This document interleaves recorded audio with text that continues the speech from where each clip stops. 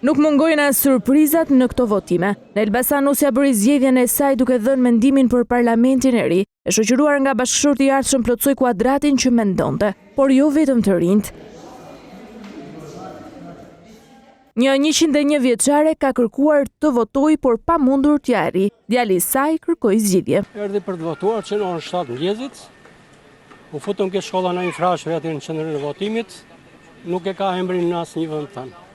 Ma bën të çregjistruar në një kohë kur ajo është gjallë dhe gëzon. Edhe për këtë po ngre shqetësimin. Vajta më thanë se më dhanë një kërkesë këta të qendrës votimit kryesor këtu, për të vajtur në gjykatë. Vajta në gjykatë do të vesh në gjendjen civile, më thanë, për të marrë një vërtetim atje që figuron në qendër votimi.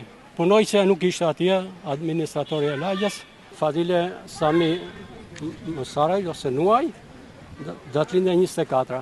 Me këtë e merr edhe pensionin? Po, merr dhe pensionin me këtë. Vjen puna tani, s'di ku ta zgjidh.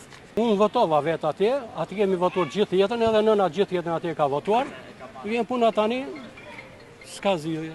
Po nuk e prisnim një problem të tillë, se kemi votuar, kemi afër shtëpisë. Kemi votuar lirshëm, pa probleme. Nuk e di si na doli ky problem pa pritur, nuk figuron asnjë gjë. Tani, turp është të thuash, ata që kanë bërë që regjistrimin, inshallah u që registrofshin vetë, jo nëna ime. Nga votimet në 12 qarqe do të vendoset ndarja e parlamentit të ri me 140 deputet.